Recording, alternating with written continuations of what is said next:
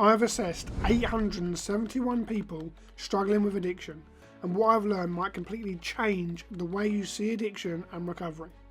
In this video, I'm going to share with you 6 surprising insights from those assessments, things like what addicts really look like, what actually motivates people to change, and the hidden cost of addiction no one talks about. Hey, I'm Luke Worsfold, the lead counsellor here at Lisa Inside Addiction, and over the years I've helped hundreds of functioning professionals regain control of their drinking or drug use for our 8-week addiction counselling program. Now, after conducting 871 addiction assessments, I've gained a deep insight into what drives addiction, and I'm going to share it with you now. So let's dive in with insight number 1. What addicts really look like. Now, the stereotypical image of addiction is often someone who looks dishevelled or unhealthy, with unkempt hair and poor hygiene, is visibly tired or unwell. They're frequently perceived as being unemployed or homeless or struggling to hold down a job or maintain stability. And this image is further reinforced by the assumption of a criminal record or possibly drug dealing or other illegal activities. Now, addicts often are portrayed as using their substances openly or excessively, drinking in public, for example. They're depicted as having no real responsibilities and being isolated from family and having not much connection. Their behaviour is seen as irrational or dangerous or marked by erratic actions like aggression or emotional outbursts. But the truth is, most addicts don't fit the image we see in movies or TVs. Addiction doesn't look the way you think it does. Most people I've assessed aren't homeless or unemployed. They have a job, kids and responsibilities. They're adults who hold down that job and raise children a bit outwardly normal, presenting as well dressed and professional and even high achievers or perfectionists. And they use substances to manage the stress or pressure, and others may do it socially, drinking or using drugs primarily in a group setting where the behaviour feels normalised. And they don't call themselves alcoholics either. They use labels like functional or problem drinker or binge drinker. And the majority of them don't even drink or use drugs every day. Over 60% engage in their addictive behaviour a few times a week or even once a month. And for the 40% who do drink daily, it's not a dependent level and it may just be a bottle of wine a night, for example. So take Sarah, for example. She's a 35-year-old marketing executive with 2 kids and a mortgage. She drinks a bottle of wine a night most nights after work to unwind, and no one suspects a thing because she's successful. But behind closed doors she felt completely out of control, and that's what brought her to counselling. So if that sounds familiar, you're not alone and you're in the right place. Now let's move on to number 2. Number 2, the real reason people decide to change. Look, I asked 871 people what made them finally decide to change, and their answer may surprise you.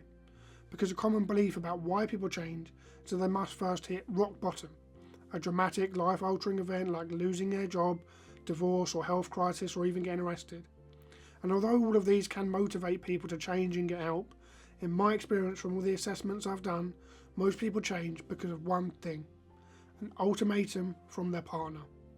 The stop or else talk, the final push to change that comes from the relationship and the fear of losing the one we love, because after the 1000th time they've asked us to change, we're really on the last chance and we've used up all the rope.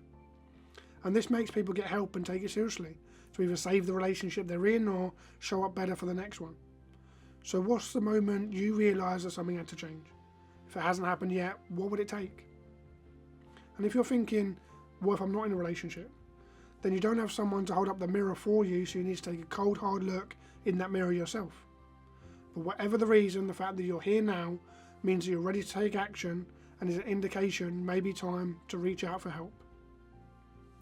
Number 3, the side of addiction no one talks about. Many people believe that drinking or using drugs is primarily a social thing, fueled by parties, clubs and peer pressure. And this is a narrative that's reinforced by the media, movies, culture, often showing people drinking socially, getting wild and out of control at a party or club and passing out in a bush. And I'm not saying this isn't true or that I haven't even done this myself. People definitely drink socially and take it too far, but there's another side to the coin.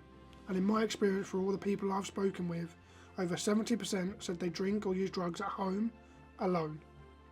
Sometimes it's a bottle of wine a night after a long stressful day at work. Sometimes it's coming home from the club to finish the rest of your coke in your room by yourself after you told all your friends you were out of coke and you were going to call it a night. Sometimes it's sinking 10 beers on a Saturday afternoon because you're bored, can't find anything better to do. Or even having a few sneaky drinks so that your partner doesn't realise how much you've really drank that evening.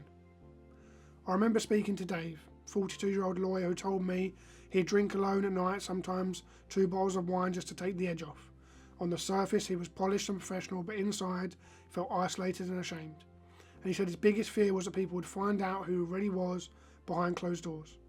So it may be easier to spot an addict in someone who is visibly off their face at a social event than someone who drinks at home alone, making private struggles far less visible and often misunderstood.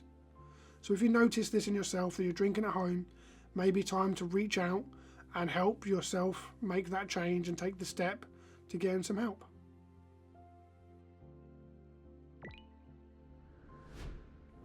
Number 4, the true cost of addiction. People typically spend between £400 and £1,200 a month on alcohol and drugs, and that is a staggering amount. As one client put it, that's our mortgage payment. But the biggest cost isn't financial. It's not even the toll on physical health like liver disease, weight gain or chronic fatigue. The real cost is the trust, love and connection we lose in our relationships, and sometimes it's the relationship itself. In fact, 70% of people I've assessed are in a relationship and say that rebuilding trust is a top priority. And over 50% report arguing about addiction weekly or even more with those they care about most. And addiction doesn't just break the bank, it breaks hearts. And for many, that's the hardest price to pay. But it's possible to rebuild the trust in a relationship, not through another apology or saying you're going to change for the 1000th time, but through action. Changing the behaviour that's causing addiction, just like one of my clients, Mark, did.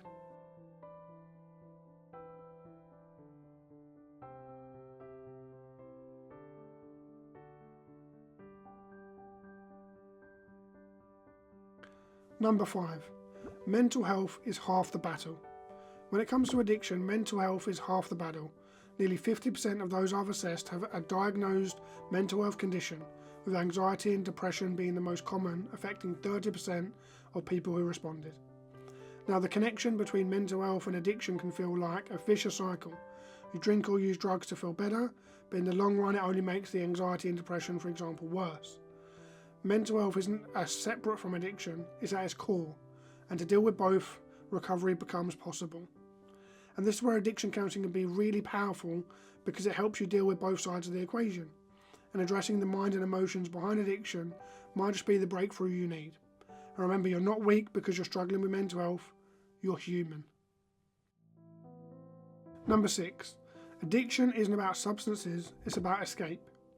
For many people, addiction isn't about alcohol or drugs, it's about what those substances help people avoid. Over 92% of clients assessed said that feeling overwhelmed was a trigger for them, highlighting how addiction is often a way to escape pressure, anxiety or emotional overload. Another massive contributor is feeling bored or like there's nothing better to do. 69% of clients reported that using a substance to fill the time or escape feelings of emptiness. And lastly, the desire to escape the guilt, shame or regret caused by and fueling the cycle of addiction was prevalent, with 64% of clients reporting that they use drugs or drink to escape the very same cycle that the behaviour creates. So when you stop looking at addiction as the problem and start seeing it as the underlying triggers, you become more empowered to face the triggers and to make the change. So by learning healthy coping mechanisms to deal with those triggers and what's going on underneath, you learn to break free from this self-destructive cycle of drink or drugs. If this resonated with you, leave a comment and let me know which insight hit home. Don't forget to subscribe for more videos about addiction and recovery. If you're wondering what your biggest addiction trigger is, you can click below to take the free quiz and you'll be able to find out in a few short minutes.